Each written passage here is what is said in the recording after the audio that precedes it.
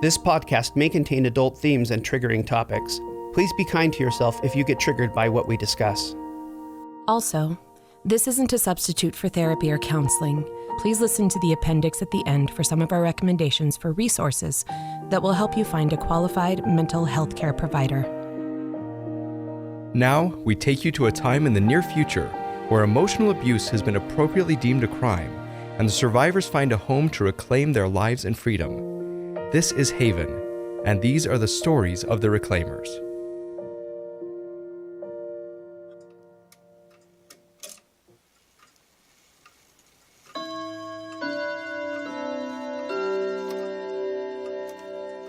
Okay, so, Ben, tell me about this week. How have things been?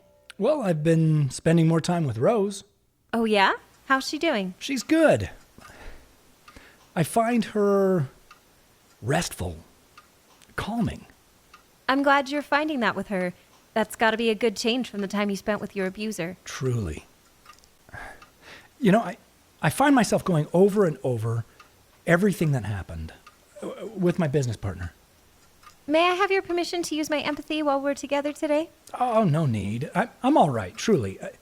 Not really feeling anything big today. Of course. I understand. I was asking because I wanted to know more about how you're feeling as you're ruminating. Ruminating? It's a common symptom of trauma after emotional abuse to go over and over the events in your head. Your brain can't help but review things on an endless loop to try and make sense of what's happened. That sounds a lot like what is happening. What are you feeling as your brain does that? Honestly? Lost. It feels deeply vulnerable. From our time together, I get the sense that vulnerable isn't something you're okay with. You sure you didn't read my emotions there, advocate? Hey, give me a little credit for being good at reading people even without my empathy. Okay. I guess I'll give you that. Ben, I'd like to play a bit of a guessing game. Is that all right? All right. Yeah, I can go for that. I get the sense that you're driven, self-possessed, and strong. You want this to be just a blip on the radar so you can go back to your brilliant career, right? Yeah, that's pretty good. This really can be a blip on your radar. You just need to get involved in the process. Like, really tell you stuff? Or let you do your empathy thing? Ben, the empathy thing isn't as important as creating safety. And I'll never try to talk you into doing something you're unwilling to do. It goes against everything the Haven stands for. We need to create a safe space for you to build the skills necessary to entirely detach from your abuser. You deserve that safety. You deserve to have peace. Well, that's true. You're right about me getting involved. I've been a little standoffish. A little. Call me out on my shit, will you? All part of the service. I like the straight shooting, though. I figured as much. Okay, so I can't stop thinking about my partner. I can't let it go. I should be able to, right? Says who? Says, you know what? Says me. I say it. Me. This shouldn't hurt as much as it does. This shouldn't take up as much of my thoughts as it does. This shouldn't be preventing me from negotiating with my clients. It shouldn't be eating me alive from the inside. Yeah, it shouldn't. It's really unfair. Yes! That's a good word for it. I've been feeling unfair. I feel like I shouldn't have to go through it. I resent even the process of feeling all of these things. Fair, Ben. You deserve to heal how you need to, not on anyone else's schedule. Yeah.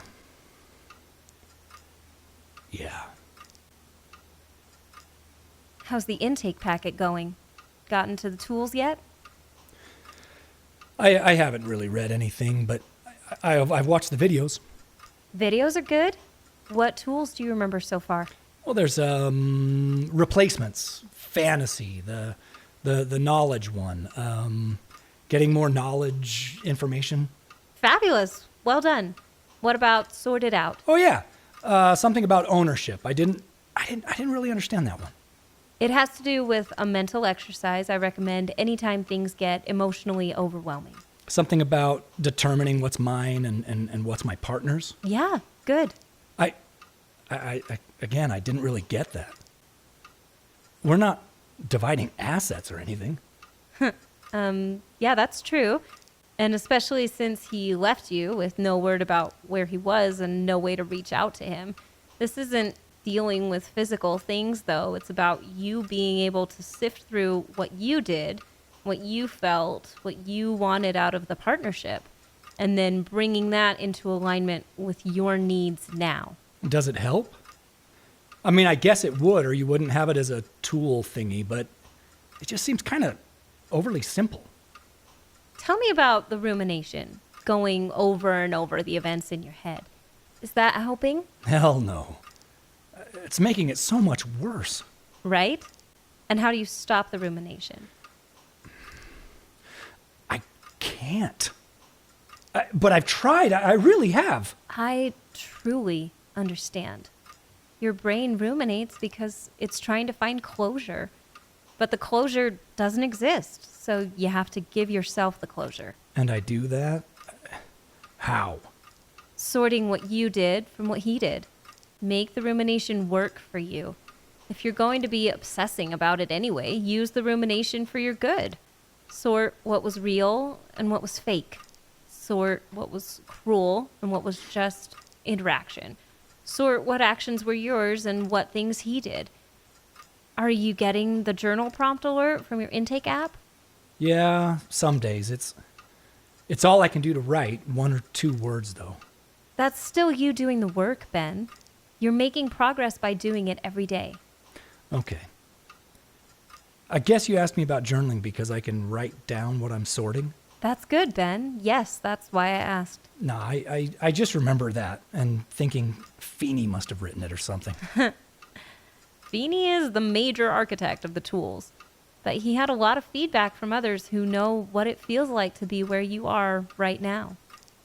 And he wouldn't use lists as much if they didn't really help a crucial part of your brain move forward, through the pain. I hate that thought. Lists? No, the whole through the pain nonsense. I work with people who bury or avoid their pain. It's sort of the motto of the DC elite. Pain is for the weak, and actually confronting pain? Emotional abuse can happen to anyone, Ben. You aren't less of a person because you've been abused. Yeah, sure. Whatever. I do have a question about that. Fire away. If you could take the pain from the survivors, would you? Yes. No hesitation. I like that. I hate that you're in pain. I hate that any of the survivors are. I hate that there's someone in the world I don't know who is suffering abuse as we speak. I hate it. Fierce. Ben, you're fierce too. I know this from our short time together, and I believe that you're going to get through this. Okay, I'll get to work on sorting and lists and stuff. One caution, the tool is all about sorting so you can determine ownership. Are you worried I might not take responsibility for something that's mine? No, quite the opposite. Survivors have had so much blame heaped on them by their abusers, they tend to take responsibility for everything.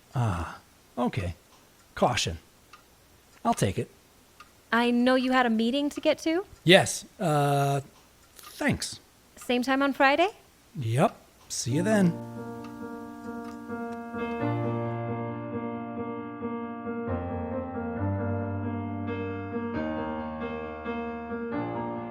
Good so far, Sonia.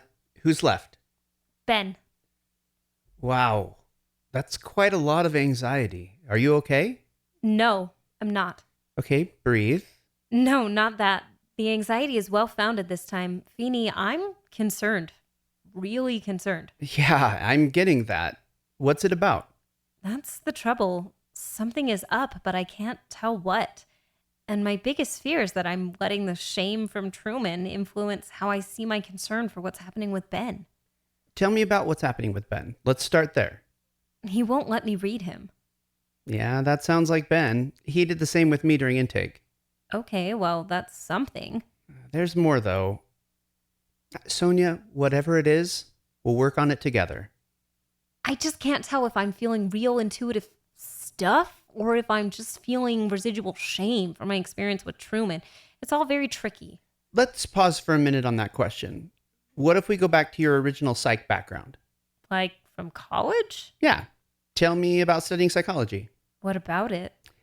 Tell me about Adler. Whoa, Pheeny, did not think you'd be a fan of Adler. I don't know as I am, but I think there's good stuff to be found in many corners of the psychology world. You want me to tell you about teleology? Sure. Let's go back to the basics. Teleology is a little on the diametrically opposed to emotional abuse healing. But it has application in how people just generally operate. Tell me about goals. Goals are the reason we do what we do, according to Adler, that is. Simplified, but it works for our purposes today. If you were to guess, without any concrete read, what would you say about Ben's goal? What is it? To avoid. Interesting. For what it's worth, Percy got a very similar thing from him. What if that avoidance is covering something deeper? Are you sensing any ongoing deception? Ongoing? Yeah, most survivors have a bit of deception in their intake. They can't help it. But deception that is present and evident over time is cause for concern. Can I sense that type of deception without violating consent? Sometimes. There are micro broadcasts that those who lie can't help but send out to empaths.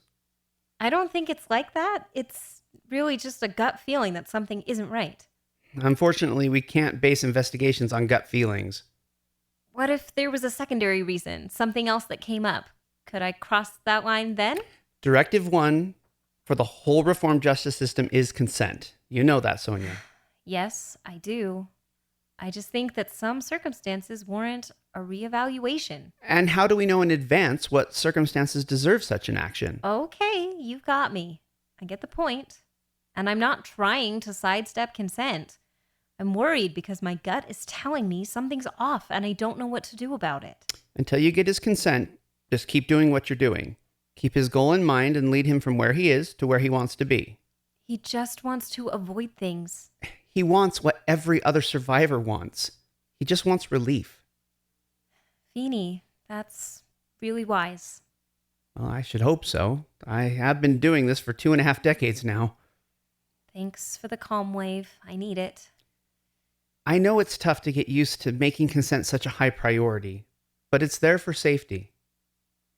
And Ben deserves safety. You do too, Sonia. Consent isn't just for the survivors. Advocates are protected by it too. Yeah, I get that. I really do want to follow the rules, Pheeny. Oh, Sonia. Ugh, caught that shift. You okay? What's that about? It's just something Truman said recently. Made me want to remind you that you don't have to follow the rules to be loved. That's sweet, Pheeny. I think I needed that more than I thought I would. Thank you. Good. I'm glad it helped. Okay, see you at staff meeting tomorrow? Yeah. Thanks again.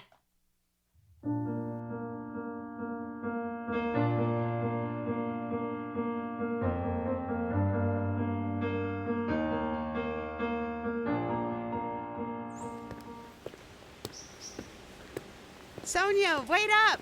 Oh, hello, Rose. Sonia, do you have a minute? Yes, of course, Rose. What can I do for you? I just need to talk about something, but I don't know if I can. I feel, Sonia, I can't. I need to. Rose, are you okay? I can't. I feel like I can't breathe. Can you do your empathy thing? I consent. Absolutely. Oh my gosh, Rose, you're terrified. What is this about? Yes, okay. I've been hanging out with Ben, and he's. Sonia? Breathe. Rose, breathe. Rose, that is some intense anxiety. What's causing it? He's doing some stuff that looks a lot like red flags. Oh, Rose, that's not good. Yeah, I know. Have you told Pheeny? No, I can't possibly tell Pheeny. Besides, I figured you're Ben's advocate, right? I guess that's true. Breathe, Rose.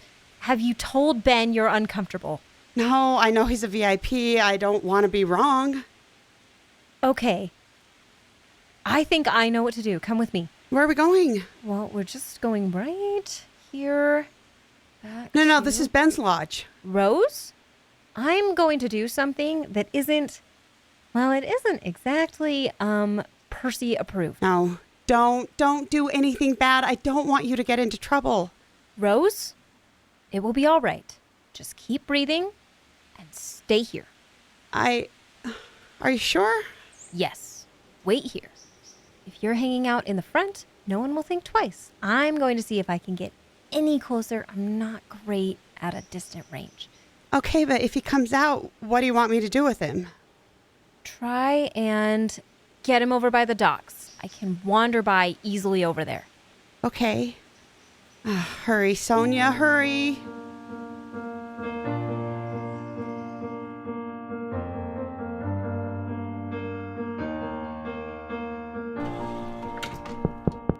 Can I come in? Oh, Sonia. Hey, I just got more pictures of Percy's son. Wait, what's going on? What's all this bundle of emotions about? I'm here to tender my resignation. Sonia, whatever happened, we can... I violated consent. Whoa. Oh, wait. What? With what? I read Ben past the line of consent. And he's lying. He's purposefully deceiving. It was clear as day behind that line. Sonia, You read past the line of consent? It's a violation, yes. And you are definitely feeling my reaction there. Yeah, I knew you'd be upset. Uncharacteristically so. However, what I did was also uncharacteristic, but it was needed. Okay, well, let's just start with that. Did you read him because of our conversation earlier? No, Rose came to me. When? Just now, about 45 minutes ago, anyway. What did she say? She was bringing me information about Ben.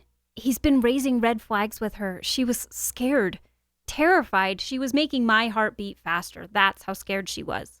Oh, Rose. Why didn't she come to me? Because I'm Ben's advocate, and she knows he's a VIP. Okay, so she was scared, and you were worried for her safety.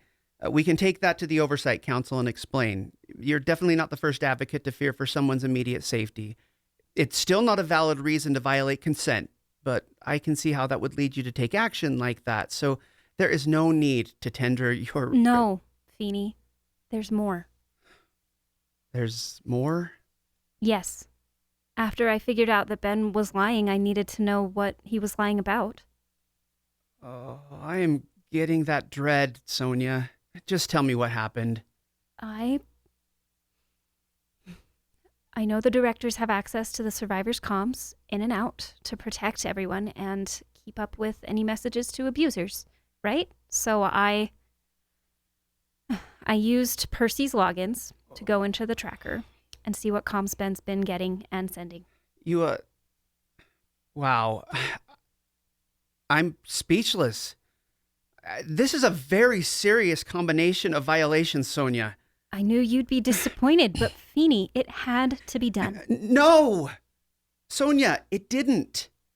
You could have come to me. You could have brought Rose to me. You could have reported him to the authorities. You could have taken Rose to the security office and had her report him.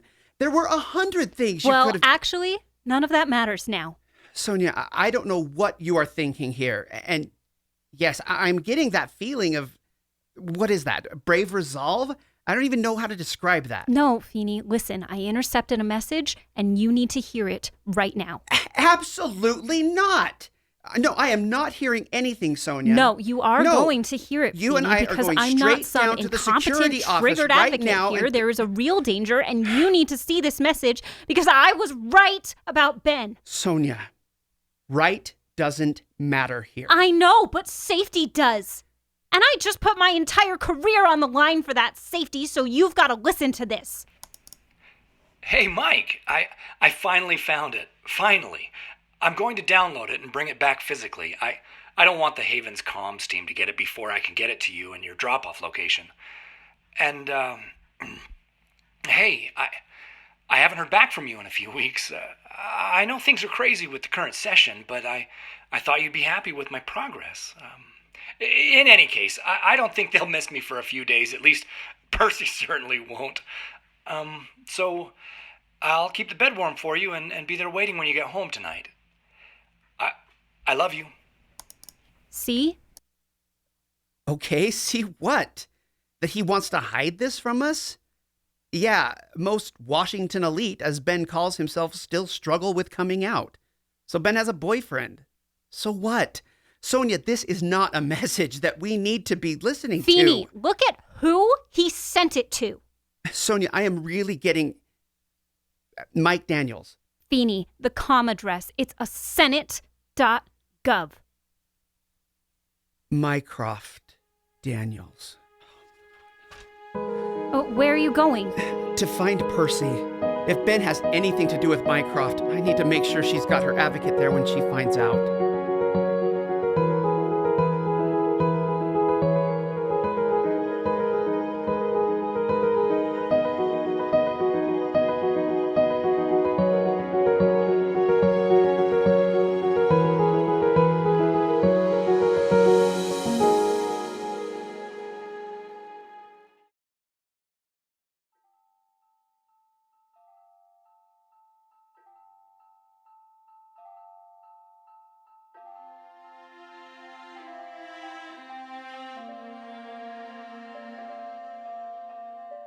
Hey, it's Percy and Pheeny here.